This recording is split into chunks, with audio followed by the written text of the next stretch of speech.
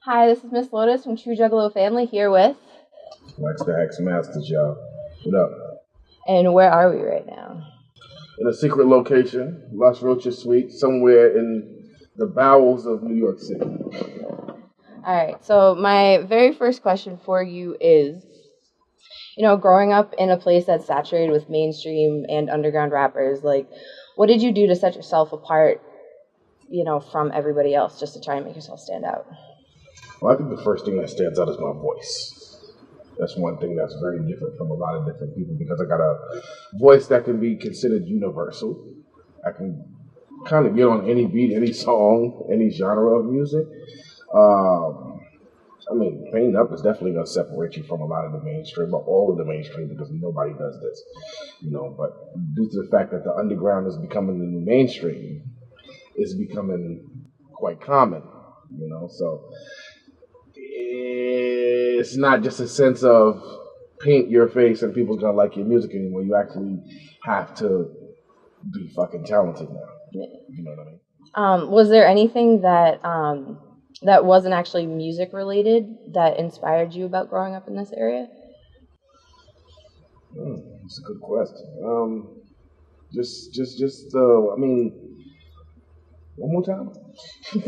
So, just because you are in such a different area, right. You're from New York, everybody's a rapper, the whole right. thing. Was there anything outside of music that inspired your sound and inspired your lyrics and things like that? Oh, well, the everyday life. I barely really listen to rap music, so a lot of different things inspire me. I guess my own music inspires me the most when people like it and people, say, hey, that shit is dope. Like, all right, if you like that one, you're going to love this next one that I come out with. You know what I mean? So, if I answered that question correctly, I don't know. All right. Well, you said, talking about your fans and things like that, and a big thing in the Juggalo community is how music affects them and what they want to hear and things like that. When you listen to your music, what do you want the fans to get from it? Like, what kind of emotion, what kind of feeling? Like, what do you want to give back to them? I want them to feel strong. I want them to feel powerful. I want them to feel in control. Not, oh, you should like this because, you should feel this because, you know what I'm saying? You should understand this. You should be able to relate to this because, not just, hey, I'm going to put out whoop-de-woo. I want people to listen to Lex shit and be like, yeah, that's how I fucking feel. Or this is not how I felt, but somebody else feels this way, so shit. You know what I'm saying? I feel strong. I don't have to feel weak. I can feel like I can do what the fuck I want to do. That's why I constantly tell my story over and over again and let these kids know and let the fans, Juggalo or non-Juggalo, just music lovers, like, it's possible and you are powerful and you're in absolute control of your life. And you can fucking make it. You know what I'm saying? That's what I want them to hear listening to my music. Like, I'm just like you. Same place as you, drink the same water, you know what I'm saying, had to pay the same bills, and there's no difference between me and you. That's what I want you to know through my music. When you look at me, my pain is not perfect, you know what I mean? I'm not talking the same shit that everybody else was talking. A year ago, 2 years ago, I would have been you in my bedroom writing rhymes trying to make it just like you. So that's what I need them to feel. So we brought up the face paint and that kind of stuff. So, as you said, New Yorkers don't paint their face. It's something that's very different that sets you apart.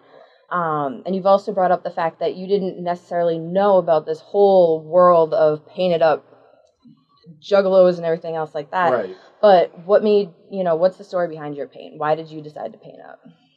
Well, my paint, I figured that America, as when you look at the movie genre, the movie industry, there's two types of movies that people like. Or when you listen to even the music, mainstream or underground, people either like to have the shit scared out of them, or they like to be terribly depressed. Yep. I don't want to terribly depress anybody. So I said, I'm gonna scare the shit out of America. This is where the whole concept of Mr. Ugly comes from. This is where the whole concept of Mr. Ugly came from before that. This was all that. This is how we look when we go home and we take our masks off. As opposed to the smiley face that we use at work, to our bosses and to our coworkers and to our teachers and to the old lady across the street. You know what I'm saying? Shit, I fucking hate my fucking boss. You know what I'm saying? Yeah. I hate my fucking coworkers. I hate my fucking next door neighbor. I hate my teacher. I hate my fucking kids. You know what I'm saying? This is how people are when they're behind closed doors. So this originally is a representation of Mr. Ugly, of who you are when nobody's looking, how you really feel.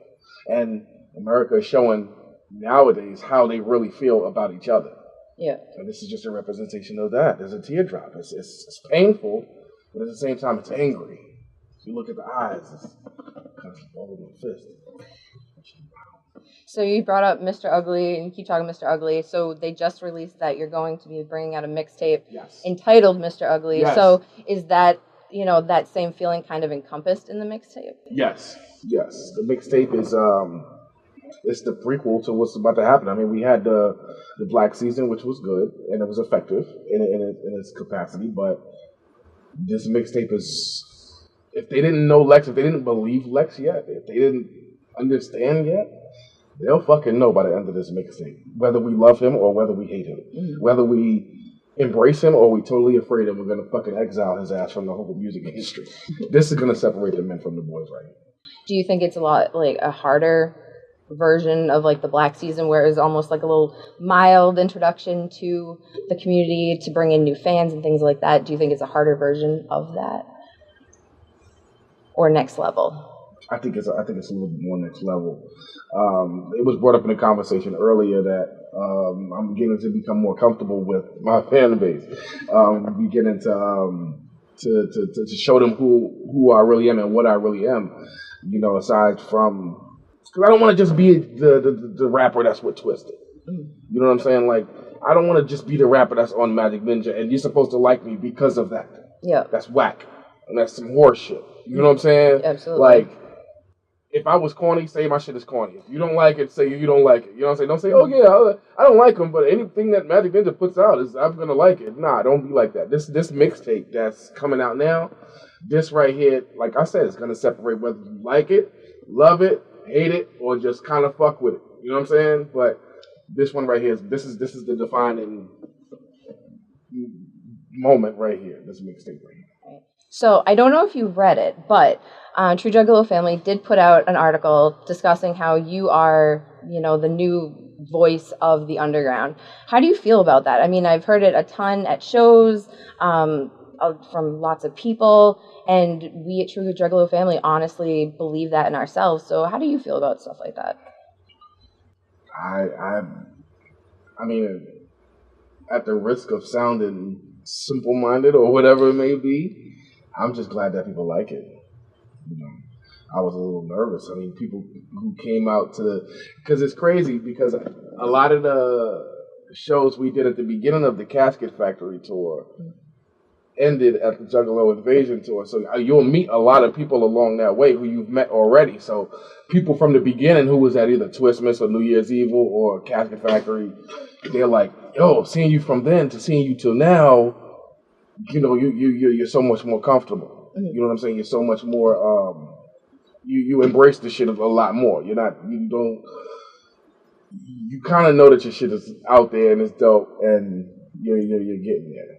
So I just appreciate that shit every single time, every picture I get, people are so, sometimes it seems like people are afraid to approach me because it's like, oh shit, that's Lex. You know what I'm saying? But yeah, come take a picture with me. I'm honored that you think that much of me to want to fucking take a picture of little old fucking me. That's why I'm not the type to be like, oh nah, I'm not taking no pictures unless I'm not paying it up. Or, oh nah, I'm not signing that, because as a young kid, I would have loved to meet my favorite rapper. And he'd be a cool dude. I would hate to meet my favorite rapper and he's a fucking dickhead. And that destroys the whole fucking magic of the whole shit. So I love it, man. Like, I love it too much. And you meet assholes. You meet people who deserve to be assholes too. And they know it out there. I have been fucking assholes to them, so fuck them. You know what I'm saying? Like, you come to me and show me love, I show you love right back. There's never been a problem with that. But whether be a fucking asshole, I'm not no fucking little kid. You know what I'm saying? Yeah. I mean, the most recent freestyle that you actually put out almost seemed like kind of like a fuck you to some of the haters. I don't know if that's actually what some of the purpose of it, but some of the lyrics just, said that to me. So I don't know if you want to... I mean... Or what was behind that? As a rapper, kind of catapulted, as you could say, kind of getting up so fast and then coming out so fast. Oh yeah, you're gonna come into so many fucking haters, and it's kind of something that's just going on in your mind. Like rappers always talk about, I'm talking about what's going on in my life right now. I'm talking about what's going on in my life right now. Yeah. And really, what I'm doing is talking about what's going on in my life right now. Yeah. So I gotta sing that little jingle. You're so vain. You probably think this song is about you, right? You probably think I'm sitting here writing a whole fucking rap about you, when in fact, this is just what's going on in my life. I mean, if you listen to that song, you'll say, oh shit, he's talking about the haters and it's all about the haters. But you listen to the whole mixtape, it's going to be so much more other shit. And you can get an insight into my life. I mean, deep, dark parts of my fucking life, shit that I don't talk about as a rapper, things that go on in my fucking personal life. Mm-hmm. You know what I'm saying? So, that's just one thing. And yeah, definitely was saying fuck you to those hater people. Also, putting out this mixtape that was newer, because you keep talking about, evolving and, getting better and changing. Right. Do you think it's going to be too different from the LP when it's released? I believe the reaction is going to be different. I definitely believe the reaction is going to be different. Making it was... I mean, it's what I do. I do music. I mean, maybe it would be a little bit different because I did it here in New York, mostly in my own environment. Walking outside and facing the same things all over again. Doing things in the dojo, it's kind of a different world over there. Mm-hmm. You know, I'm kind of Lex over there. Yeah. But over here, I'm kind of just, oh, there goes Lex again. Mm-hmm. So the feeling is going to definitely be different. It's definitely going to be that extra fire, that extra push, that extra fuck everything, you know. Do you think recording here makes you a better artist when you're home? No. I would say that depending on why I say the reaction is going to be different, bringing it back to that, coming full circle, is because depending on your environment is depending on what's going to bring a certain part of your music out of you. So it may be a song that I could record in the dojo that could be really fucking dope, and a song that I could record over here that wouldn't be as good. You understand what I mean? Yeah. Or a song that I can do here that could be really, really fucking good, but I do it at the dojo and it's gonna just be okay. You know what I'm saying? Depending on your environment and depending on what you're going through. I mean, going through the tours, I got tons of shit to talk about. Tons of shit on my mind. You know what I'm saying? And I'm constantly writing music. I'm constantly updating people on the chains of events in my life, which is crazy. Too many pranksters, boot putters and pranksters. Not enough gangsters, gun butters and shanksters. Tell me what you bang for. I'm causing these haters anger. The fist and cuff tangler, the Queens County strangler. Lex the Hex Master, stretching the next bastard. Claiming he dropped plastic, smacking back to Jurassic. Practice black magic while manufacturing caskets. I leave gashes, kicking and moving, just call me Cassius. We all affiliated, packing heavy radiators. Sorry, real G's don't find skinny jeans intimidating. All initiated, cowards get asphyxiated. So, no, I wouldn't say that working anywhere would make me a better artist. It would definitely give me a different inspiration at that different moment. Yeah. You know, working with that different person or listening to that different beat. Mm-hmm. You know what I'm saying? Or hearing myself through the mic. You know, it's just little things. I'm the simplest person in the world, yo. It's not even that serious about anything with me. So you talked about the tours and things like that. Did you like tour life? Because, I mean, obviously it's very different than living at home. You're on the road. You're not eating right. You're not doing anything normal. Your sleep schedule isn't there. Right. Did you like that? What? Surprisingly enough, I got used to it. Surprisingly enough, I made it. You know what I'm saying? You got to remember that my first, I never went on a local tour. I never went on a regional tour. I never did a city tour, a state tour. My first tour was a national tour. So I think that that's good because that fashioned me immediately. You know what I'm saying? For the rough and the rugged, for the sleeping 2-3 hours at a time. You know what I'm saying? In a moving vehicle, for being around a certain amount of dudes every single day for 2 or 3 months. You know what I'm saying? I mean, you're going to go through shit. You're going to learn people. You're going to learn who you fuck with. You're going to learn who you're not fuck with. You're going to fuck with this person for a week, and then next week, you're not fucking with him. You know what I'm saying? And then you're fucking with him, and then it all, you get used to it, and it becomes routine. Mm-hmm. As far as the process is concerned. Yeah. But the exciting thing about tour is that every day it's something different. Mm-hmm. Even if you do the same venue twice, it's gonna be the same. It's gonna be totally fucking different. The experience is always different. So, yeah, I my body got used to it. My mind got used to it. Once I got home, I couldn't sleep right for 2 weeks, 3 weeks, because my body was so conditioned in the get up and go mode. Yeah. Your mind will condition. One thing that y'all have to know, y'all think it's tiring and y'all think that it's killing y'all, but your mind and your body will condition itself to whatever you're dealing with in your life. You know what I'm saying? So you're going to be, oh shit, man, I'm going to be ripping and running for fucking 50 days straight, 40 days straight.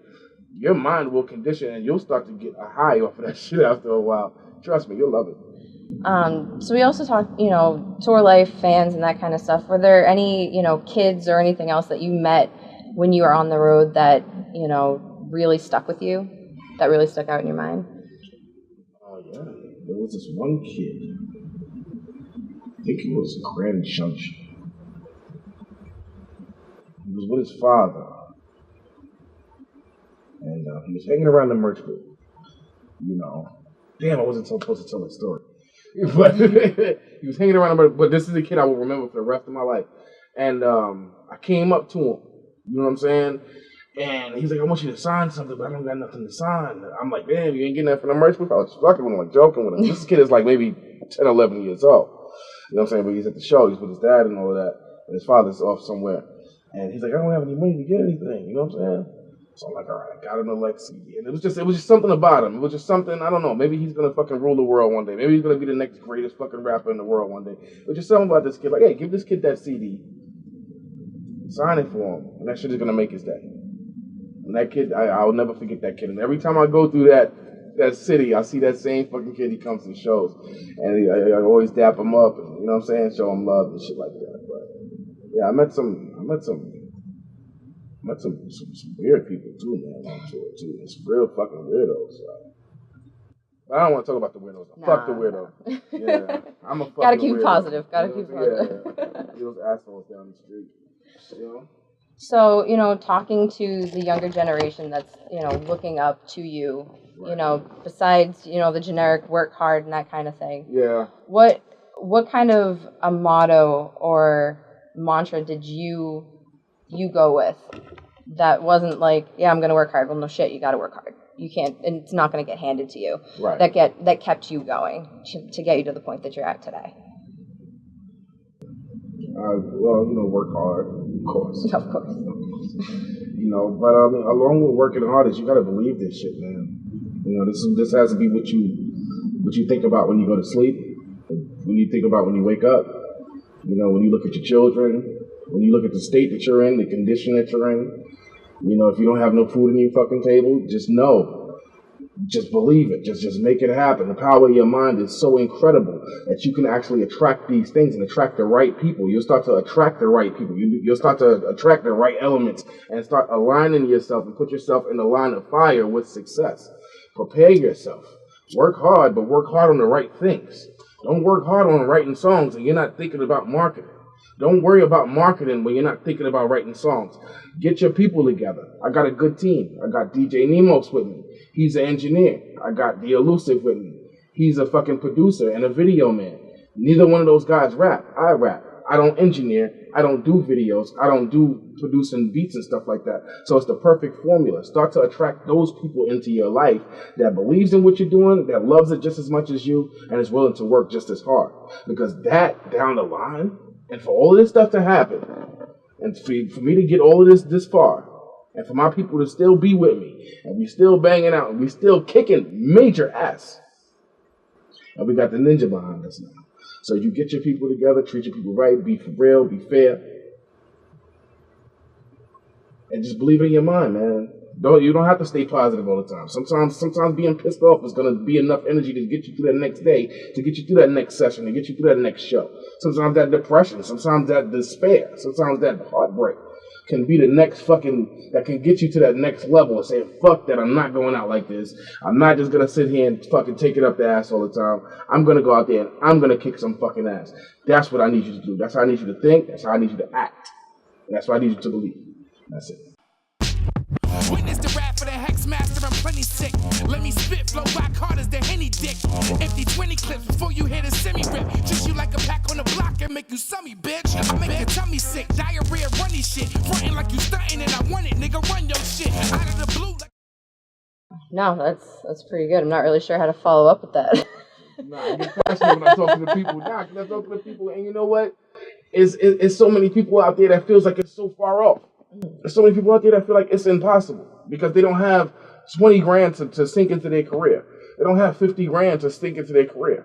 You know what I'm saying? Yo, shit, anybody could have been sitting in this seat right now. Any one of these dope ass rappers out there, and I know that somewhere in America, in one of these little cities, in one of these little states, yo, there's a bunch of fucking monsters being raised right now. Telling you, you got some of the dopest motherfuckers in the game. Y'all ain't even hear about them yet. The dopest producers in the game, y'all ain't even hear about them yet. The dopest photographers and fucking all of that shit, y'all ain't even see them yet. Because these days, shit is different and people gotta work extra hard. Well, I'm not really sure I can ask any questions that would, bring this any further because that last one was, an incredible answer.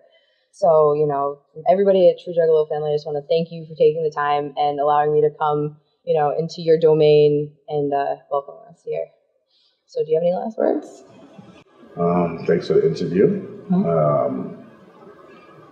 Thanks for the good questions in the interview. And just shout out to everybody down at the house, man. Down at the dojo. Jamie Madrox, Paul Monoxide, Fritz, everybody, ROC, Blaze, Boondocks, George, everybody down at Twisted Shop, Phil, Mike, and Rich, and everybody. Shout out to the home team, DJ Nemos, The Elusive, everybody back in the hood, Storia, Self Savior, everybody, man. And all the ninjas out there supporting, thank you so much for supporting us, man, and keep on rocking, keep on kicking ass out there, man. And I'm gonna see y'all at the top.